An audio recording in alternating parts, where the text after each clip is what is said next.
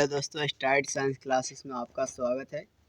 आज हम देखने वाले हैं अध्याय 5 के बारे में, तत्वों का आवर्ती वर्गीकरण, क्लासिफिकेशन ऑफ पीरियोडिक टेबल। इसमें आवर्त सारणी के बारे में जानेंगे। इसमें हमारा है क्या, आधुनिक आवर्त सारणी के नियम के अनुसार तत्वों का गुणधर्म होता है।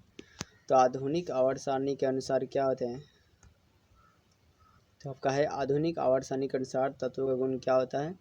तो परमाणु संख्या के आवर्ती फलनता है, परमाणु संख्या के आवर्ती फलनता है। आंसर नंबर आपका भेजेगा। और यहाँ आधुनिक आवर्त सारणी को बनाया कौन था, इनके पिता कौन है, तो मोसले हैं। और केवल अगर सवाल में आधुनिक का केवल आवर्त सारणी आएगा तो वहाँ पर टिकअप करेंगे मेंडलीव। अगर क्या आधुनिक आवर्त सारणी में बाएं से दाएं की ओर जाने पर परमाणु का साइज क्या होता है, यानी क्या उसका आकार क्या होता है, तो बढ़ता है। बाएं से जब भी जाते हैं तो परमाणु का आकार क्या होता है, बढ़ता है। नेक्स्ट दूसरा क्वेश्चन हमारा, आधुनिक आवर्त सारणी में कितने ऊर्ध्व स्तंभ होते हैं। मतलब आधुनिक आवर्त सारणी में जो ऊर्ध्व स्तंभ होते हैं उसे हम लोग समूह कहते हैं, यानी ग्रुप कहते हैं। वर्ग कहा जाता है या समूह कहा जाता है। और वर्गों की संख्या कितनी है, तो 18 है। नेक्स्ट है कि अष्टक सिद्धांत का प्रतिपादन किसने किया था। तो नीलैंड्स ने आपका अष्टक सिद्धांत का प्रतिपादन था। उनके पूरे नाम का ही नाम है नीलैंड्स का अष्टक नियम। नेक्स्ट क्वेश्चन है, आवर्त सारणी के शून्य समूह का तत्व कौन सा है। शून्य समूह का तत्व कौन सा है, तो आपका जो आर्गन है या आवर्त सारणी के शून्य समूह का तत्व है, क्योंकि आर्गन जो है आपका वर्ग 18 या शून्य तत्व कहा जाता है। इसका डिटर्मिनेंट निकालते हैं ना, तो 8 होता है। अब 8 में 8 है, 8 में से 8 घटाएंगे तो यहाँ पे क्या आ जाएगा, शून्य। नेक्स्ट है कि कौन सा तत्व आसानी से इलेक्ट्रॉन खो देता है। कौन सा तत्व आसानी से इलेक्ट्रॉन को खो देता है, तो जो आपका पोटेशियम है ये आसानी से इलेक्ट्रॉन को खो देता है। आंसर नंबर आपका सी। नेक्स्ट क्वेश्चन, आधुनिक आवर्त सारणी का वर्गीकरण किसके आधार पर किया गया है। तो आधुनिक आवर्त सारणी का वर्गीकरण जो है परमाणु संख्या के आधार पर किया गया है। नेक्स्ट है, एक तत्व जो सभी कार्बनिक यौगिक का आवश्यक संबंधित है। सभी कार्बनिक यौगिक के लिए आपका आवश्यक संबंधित है, तो वह है समूह 14। समूह क्या होता है जी, 14, जिसमें आपके कार्बन पाए जाते हैं।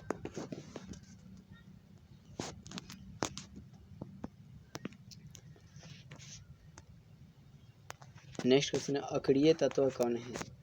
तो अक्रिय तत्वों की संख्या आपका 6 है, जिसमें होता है helium, neon, argon, krypton, xenon, radon. यहाँ हमारे पास ऑप्शन में क्या है आपका, हीलियम। हीलियम का अक्रिय तत्व है। देखिए आवर्त सारणी के वर्ग 17 के तत्व क्या कहलाते हैं। आवर्त सारणी के जो भी आपके वर्ग 17 के तत्व होते हैं उन्हें क्या कहा जाता है, तो उन्हें हैलोजन कहा जाता है। और हैलोजन का संकेत क्या होता है, तो X होते हैं। नेक्स्ट है, आवर्त सारणी के कितने आवर्त है। तो आवर्त सारणी में आपके 7 आवर्त हैं, चाहे वो मेंडलीव का हो चाहे आपका आधुनिक हो। अब है क्या कि मेंडलीव ने अपने आवर्त सारणी तत्वों को कैसे सजाया था, तो द्रव्यमान संख्या को बढ़ते क्रम में। कैसे सजाया था, द्रव्यमान संख्या के बढ़ते क्रम में। मेंडलीव ने द्रव्यमान संख्या बढ़ते क्रम पर, और मोसले ने जो है वह परमाणु संख्या के बढ़ते क्रम को बताया था। नेक्स्ट है, आवर्त सारणी के किसी आवर्त में बाएं से दाएं जाने पर तत्वों की परमाणु त्रिज्या क्या होती है। तो बाएं से दाएं जाते हैं तो परमाणु त्रिज्या आपका घटती है। क्या होती है जी, घटती है। एक सर्वाधिक विद्युतात्मक तत्व है, तो फ्लोरीन का जो होता है आपका सर्वाधिक विद्युतात्मक तत्व होता है, और इसका परमाणु संख्या जो होता है आपका 9 होता है। नेक्स्ट है, अब तक कितने तत्व पता लग चुका है। अब तक कितने तत्वों को पता लगाया जा चुका है, तो आपका 114 तत्वों को पता लगाया चुका है। इस तरह आपका 118 को मतलब खोज हो चुके हैं, लेकिन हमारे एनसीईआरटी के मुताबिक अभी तक हमें 114 तक ही पता लग चुका है। लेकिन मेंडलीव आवर्त सारणी कब दिए थे?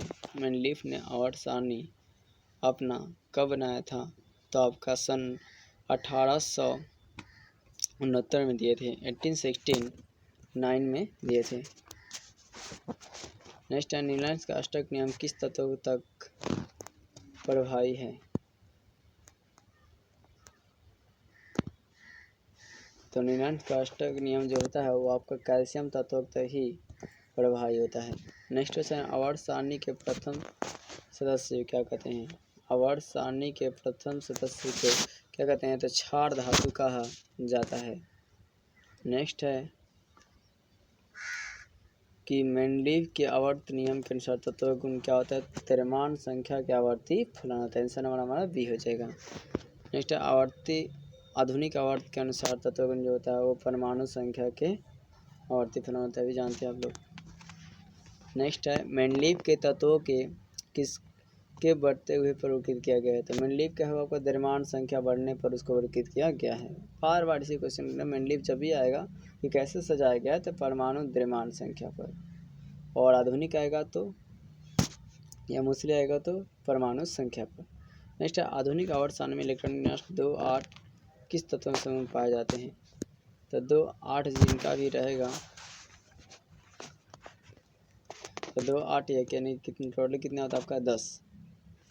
2 और 8 कितना हो गया जी? तो 10। तो किस समूह में पाए जाएंगे? आपके 10 समूह में पाए जाते हैं। तो 8 लास्ट में कितने? 8 इलेक्ट्रॉन है, इसके बाद में 18।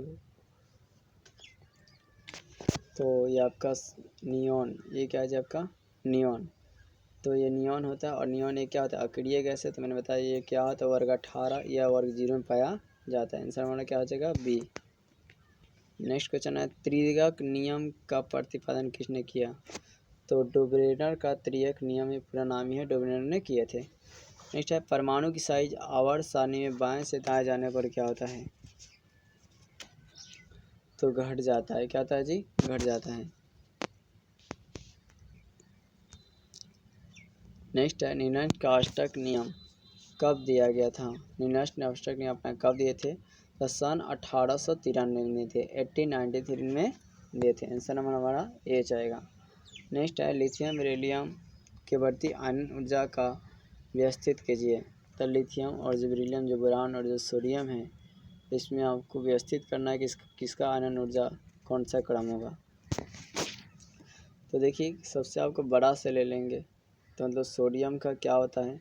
सोडियम धातु की आयनन ऊर्जा कम होगी, उसके ज़्यादा होगी लिथियम की, उससे ज़्यादा होगा बोरान का, उससे ज़्यादा होगा बेरिलियम का।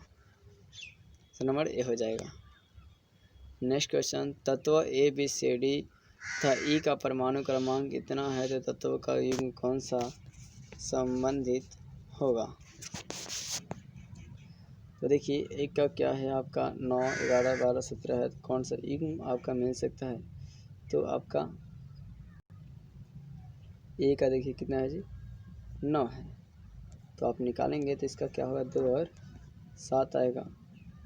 फिर आप देखेंगे क्या, ये 13, तो 8, 10 और ये बार में कितना आएगा जी? 3। कितने कौन सा समान युग से संबंधित होता है? ए और सी। देखो जी, अब यहाँ पे आपका 17 है, 17 वाला निकाल कर देख लो, 2, 8, 7, तो ये भी 7 आ गया और ये भी 7 आ गया, यानी 17 और जिसका 9 है, यानी कि ए और सी ये क्या हो जाएंगे? यानी आंसर नंबर डी हमारा आंसर होगा। नेक्स्ट है, 3 तत्व बोरान, सिलिकॉन और जर्मेनियम है। बोरान, सिलिकॉन और जर्मेनियम है। तो इनमें से आपका देखो ये जी, सिलिकॉन और जर्मेनियम का उपधातु है, और बोरान क्या है? अधातु है। तो ये तो हमारा होगा नहीं, यानी क्या आंसर हो जाएगा? इनमें से कोई नहीं, क्योंकि सिलिकॉन और जर्मेनियम आपका उपधातु है, सेमी मेटल है, और बोरान आपका नॉन मेटल है। नेक्स्ट है, आवर्त सारणी के उदर्ग स्तंभ को क्या करते हैं? उदा स्तंभ कहा जाए या उदर्ग स्तंभ कहता है? तो उदर्ग स्तंभ को वर्ग कहा जाता है। उदर्ग जो भी स्तंभ होते हैं उसे क्या कहते हैं? वर्ग कहते हैं। नेक्स्ट है, अवर सारणी में बाएं से दाएं जाने पर संबंध कौन सा कथन असत्य है? तो कौन सा कथन असत्य है जी? तो ऑक्साइड अम्लीय हो जाते हैं, ये बात आपका गलत हो जाते हैं। बाएं से दाएं जाने पर ऑक्साइड अम्लीय होता है, ये बात क्या है जी? गलत है। दोस्तों तो वीडियो अच्छी लगी हो तो लाइक और सब्सक्राइब करें और वीडियो को बहुत से बहुत ज़्यादा शेयर करें।